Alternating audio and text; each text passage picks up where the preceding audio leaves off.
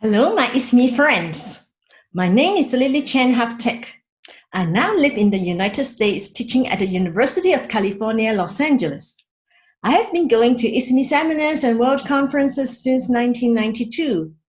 I'm sorry that this year I won't be able to see you in person in Helsinki, but I'm honored to present to you this presidential session. Music for everyone is the ideal that all of us as music educators want to achieve. Unfortunately, the reality is that there is disparity among diverse cultures in the access of music education. In this presentation, together with my esteemed colleagues, we are going to present to you the situations in our countries and the work that we have done to achieve this goal. We will start with Alda Oliveira from Brazil, followed by Jiaxin Xie from China, and then Adam Suitala from Poland, and Emily Akuno from Kenya, and lastly, myself from USA. Hello, ISME friends. Thank you very much. Thank you, Lily, for the invitation. I'm going to talk about connections and disconnections to students' personal profiles towards equity and diversity in Brazilian music teacher education.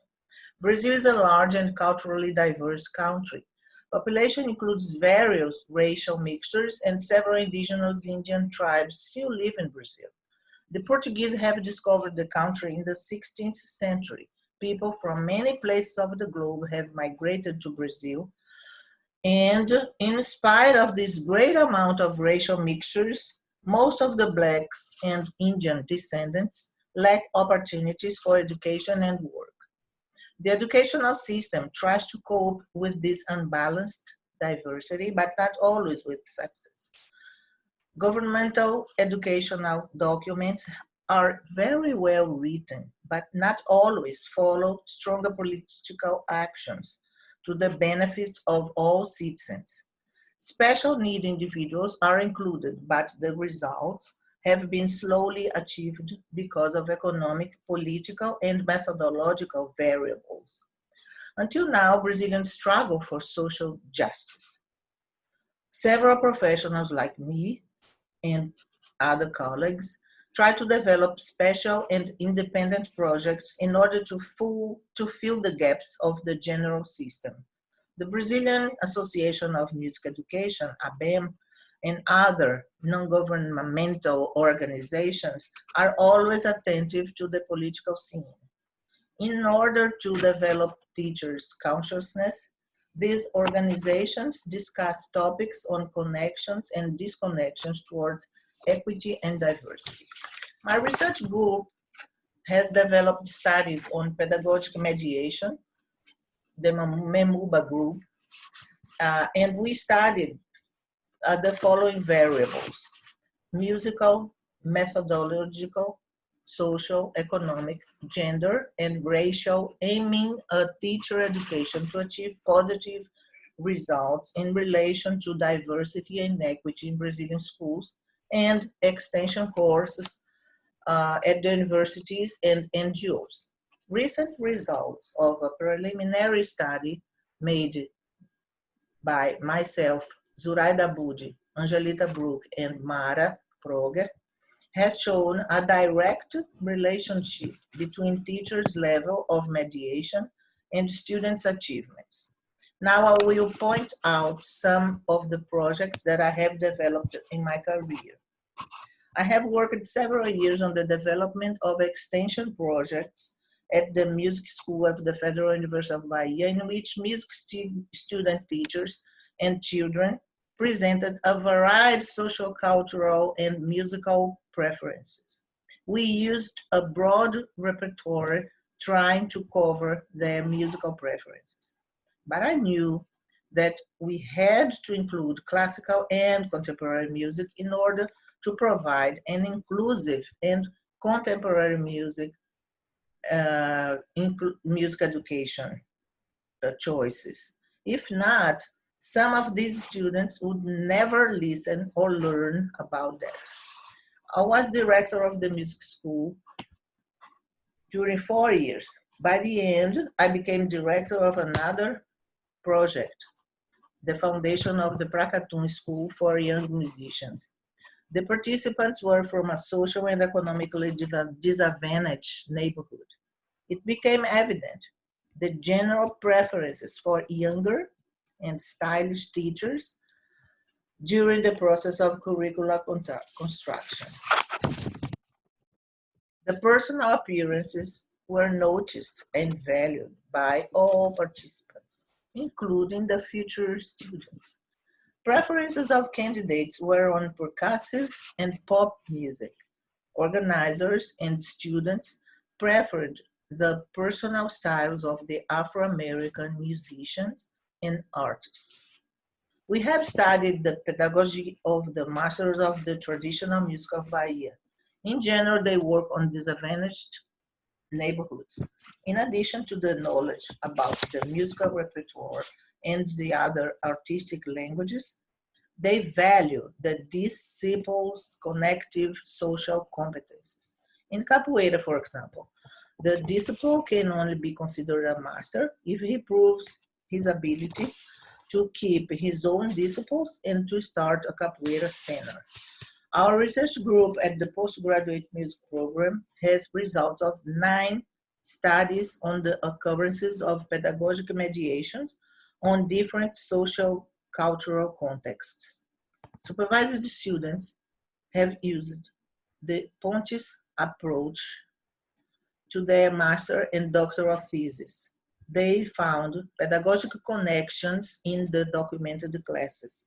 The Pontes elements observed were positivity, observation, naturality, technique, expressiveness, and sensitivity. Finally, I conclude my speech saying that mediation competences are very important to be developed by the music teachers. Especially nowadays, it is a must that music teachers observe, register, and analyze students' personal trait, interests, cultural background.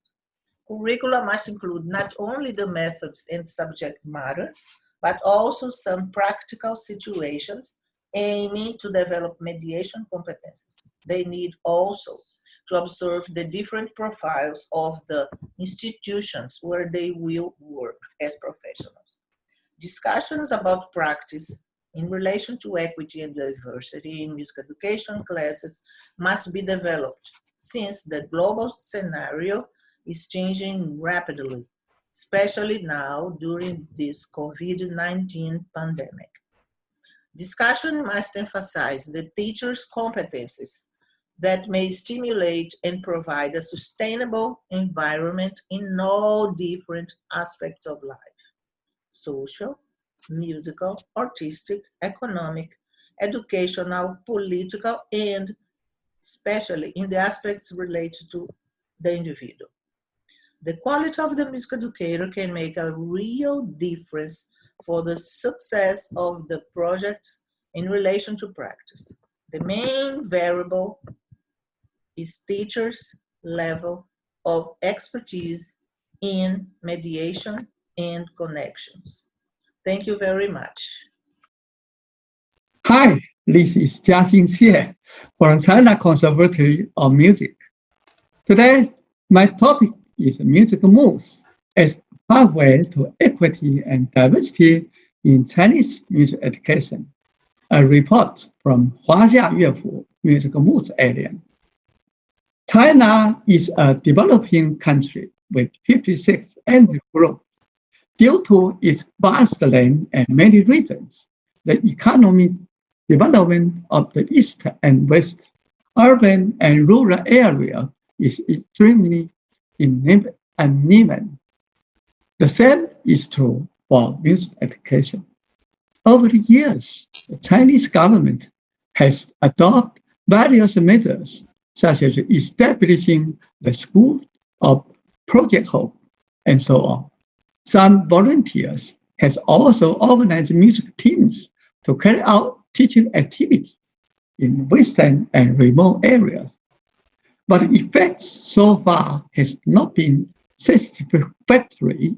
So equality and diversity of music education are also important issues facing China.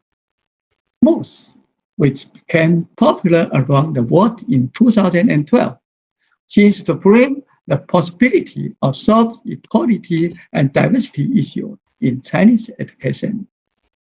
From 2014 to 2019, China became the country with the largest number of Moocs in the world. There are more than 12,500 open courses online, and more than 1,000 universities and 200 million students are selected for online open courses. It is against this background that Huaxia Yuefu Mooc Alliance was established on November 6, 2017.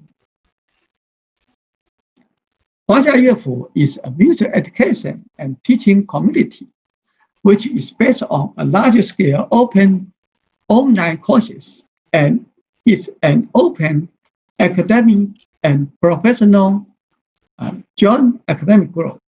The core concept of the Alliance is sharing, platform sharing, resources sharing, courses sharing, and teacher sharing, which make it possible to build an online community of multicultural music education. Its goal is to build music courses system for all levels: higher education, professional education, liberal education, school music teacher education, early childhood teacher training, community musical teacher training, and music courses for all disciplines, such as music education, music appreciation, musicology, and music theory, music performance, traditional music, pop music, music research, music teaching and learning through technology.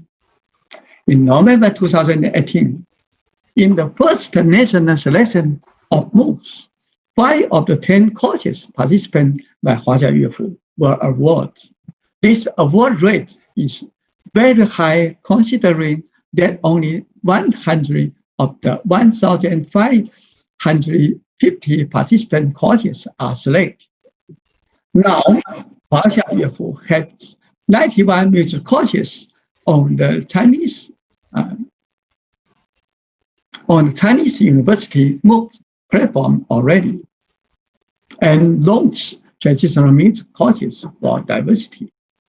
In fact, Huaxia Yuefu has been closely integrated with another international project, OGMA, Open Global Music Academy. Since 2012, the topic of the international online music cooperation has been discussed many times in various international conferences, such as in the Beijing Traditional Music Festival, ISME World Conference, and ISME. In 2018, the 4th International Forum for Leadership of Music Institutes was held in Zhejiang Normal University, Jinhua, Zhejiang Province. Huaxia Yuefu and OGMA became the subject of the discussion at the conference once again. That is the concluding statement of ILMI 4. These are pictures of Huaxia Yuefu and OGMA seminar at the 33rd ISME World Conference, Baku, Azerbaijan, July 2018. The hour is round and flat. It is a festival to realize and the fairness and the diversification of music education through musical modes, which has been proved by the achievement of Huaxia Yuefu musical mode at the end. Thank you. Hi, my name is Adam Świtała. I'm a PhD researcher at the University of Iceland, but originally I'm from Poland, and today I will be talking about music education in Poland. From 2017 to 2018, I was the president of the Polish Association for Music Education, and since 2018, I used to be also board member of the Polish Music Council. The project I will be talking about is called Grajmy w szkole, which means let's play at school. Let me start with mentioning some of the key issues of music education in Poland. So first of all, it is highly exclusive. Only less than 2% of all school children can attend music schools. There's also very little music making in classrooms. In compulsory schools, the predominant activity is studying history of music and listening to classical music recordings. There's also a lack of qualified teachers for compulsory education, and the research study showed that even the teachers in compulsory schools are focused on those pupils who are being described as talented. Lack of guidelines or a consistent methodical framework, and on top of that, in 2017, the number of music classes in compulsory education was reduced, which was the direct impulse for something that started as a social media campaign run by a coalition of educational and art institutions united under the flag of the Polish Music Council. As a direct outcome, a preliminary program of support for music bands in schools was formulated. The pilot program was launched in September 2019, along with a nationwide research. The initial project design put a lot of emphasis on creating a clear and sustainable framework for its future development based on constant evaluation with praxis and research-based knowledge at the core. The participants were more than 1,100 pupils and 64 teachers. The audience during concerts and other live events was 2,350 people, and the program had more than 110,000 viewers online. It supported music bands in 35 schools in 3 categories: bands, school choirs, and school orchestras. The research was mainly targeting 2 main groups: music teachers and school headmasters. And despite some serious challenges, we managed to find, for instance, that only about 14% of schools in Poland have a dedicated music classroom, and less than 9% of schools have recording equipment or other digital tools for creating music. Also, almost more or less half of all teachers declare that more time within the schedule should be dedicated to music making in school and school band activities. The report highlighted the strengths as well as many shortcomings of the pilot program, but frankly speaking, there is no apparent agreement right now between the stakeholders whether this data will be used at all in the future development of the long-term program.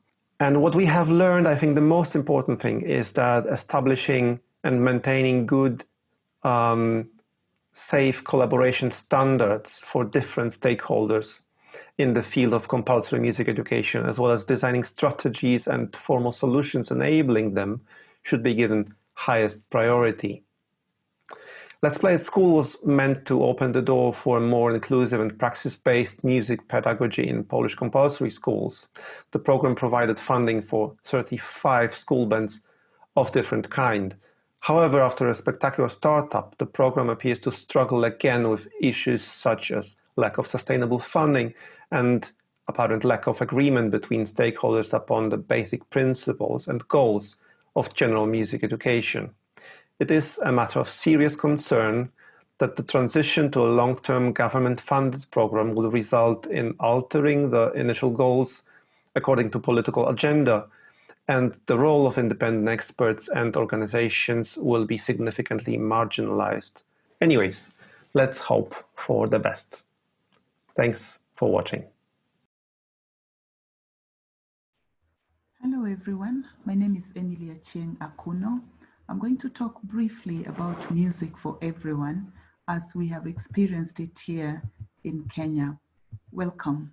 From our experiences in music education, we know that the input has a strong impact on what we get out of the classroom.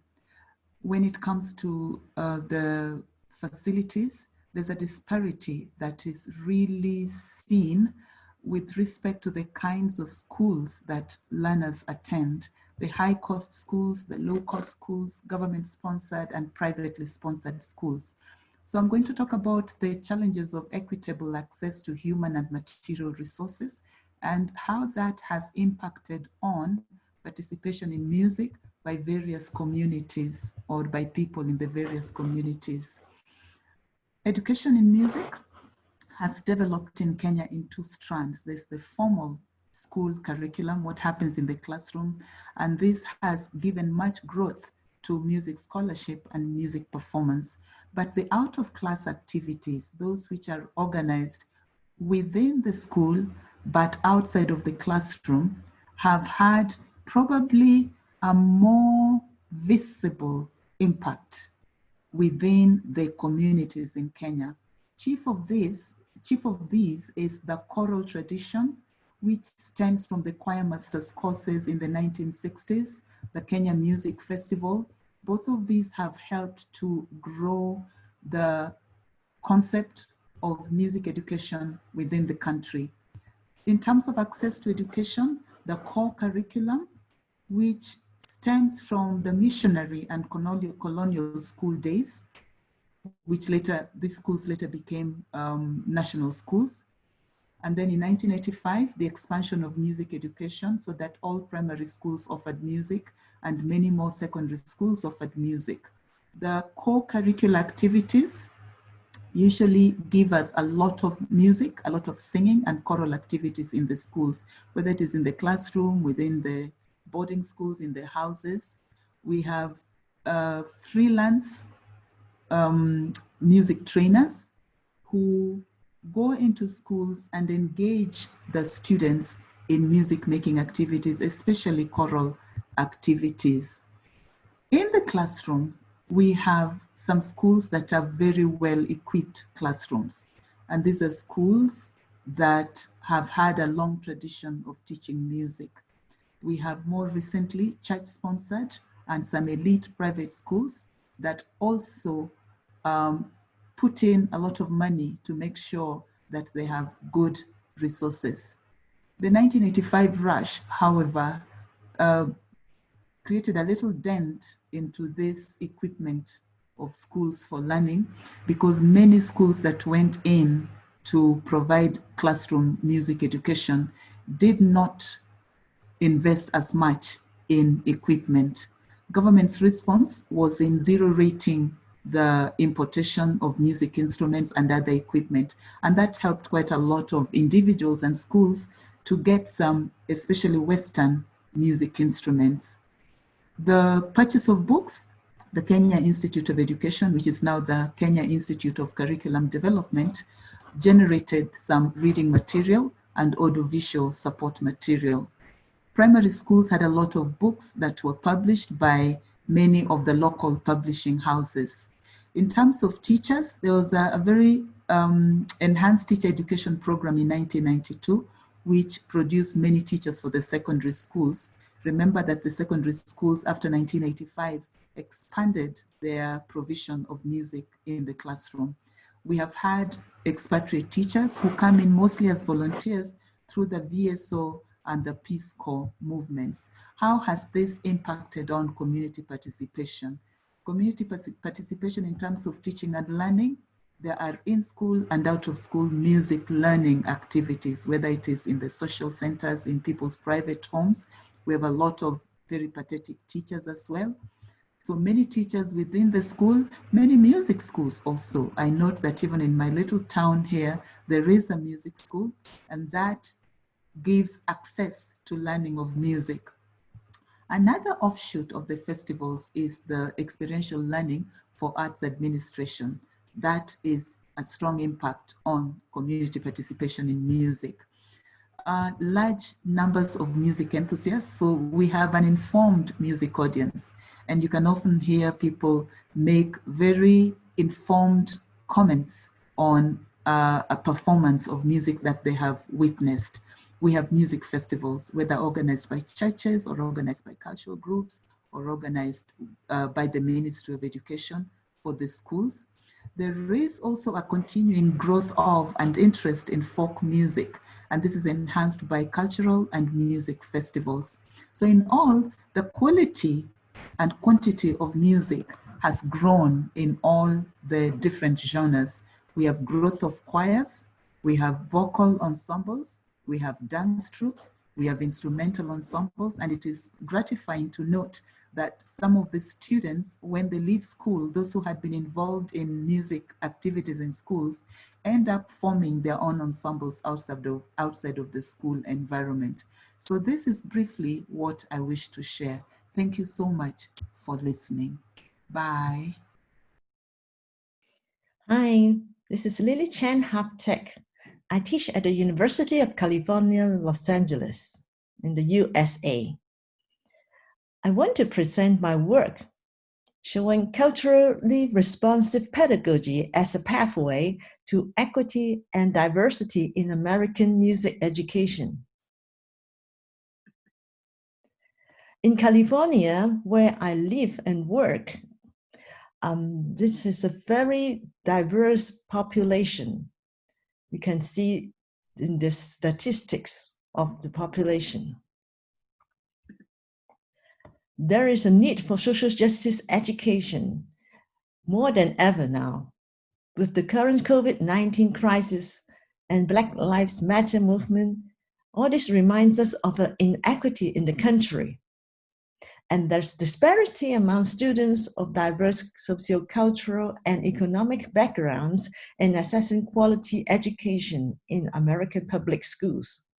Those students who live in the well-off school districts can have access to better music education than the others. And the federal immigration enforcement policy of the current administration actually has made the situation even worse. Here are the pictures of the students at UCLA. As you can see, they come from diverse cultures. And we share music from world cultures at conferences. So like Japanese music workshop, Russian music workshop, and Cuban music workshop. So I collaborate with my students and drawing on their cultural heritage and to share music with other teachers. And it happens in class, and we also bring it to conferences. Okay, now going back to culturally responsive pedagogy, what are the characteristics? And we can find more details from Gay 2010. And these are dispositions and not teaching approach. Includes validating, comprehensive, multidimensional, empowering, transformative, and emancipatory.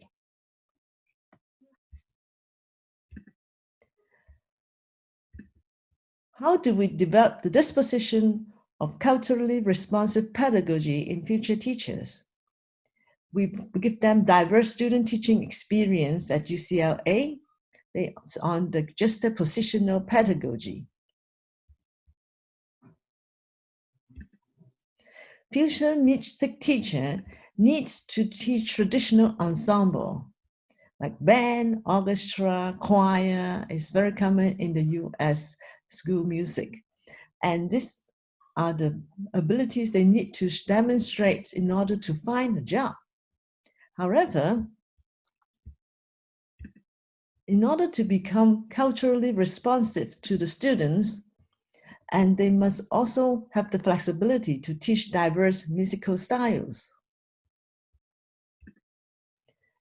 So our student teachers in the first semester, they have to teach conventional beginning violin class in one of the school, which is more affluent. And in another school where we have more Hispanics and minority students, they teach popular music in the beginning guitar class. And still another school, also another culturally diverse school, they teach digital music making in iPad class. So they are able to do the three different contexts, musical styles, and they learn a lot about teaching diverse music. The goal of becoming social justice music teachers can be achieved through teaching practice that challenge the student teachers to become more open and responsive to student cultures. And also through the coursework that requires student teachers to examine how identities and core values influence ability for social responsive teaching.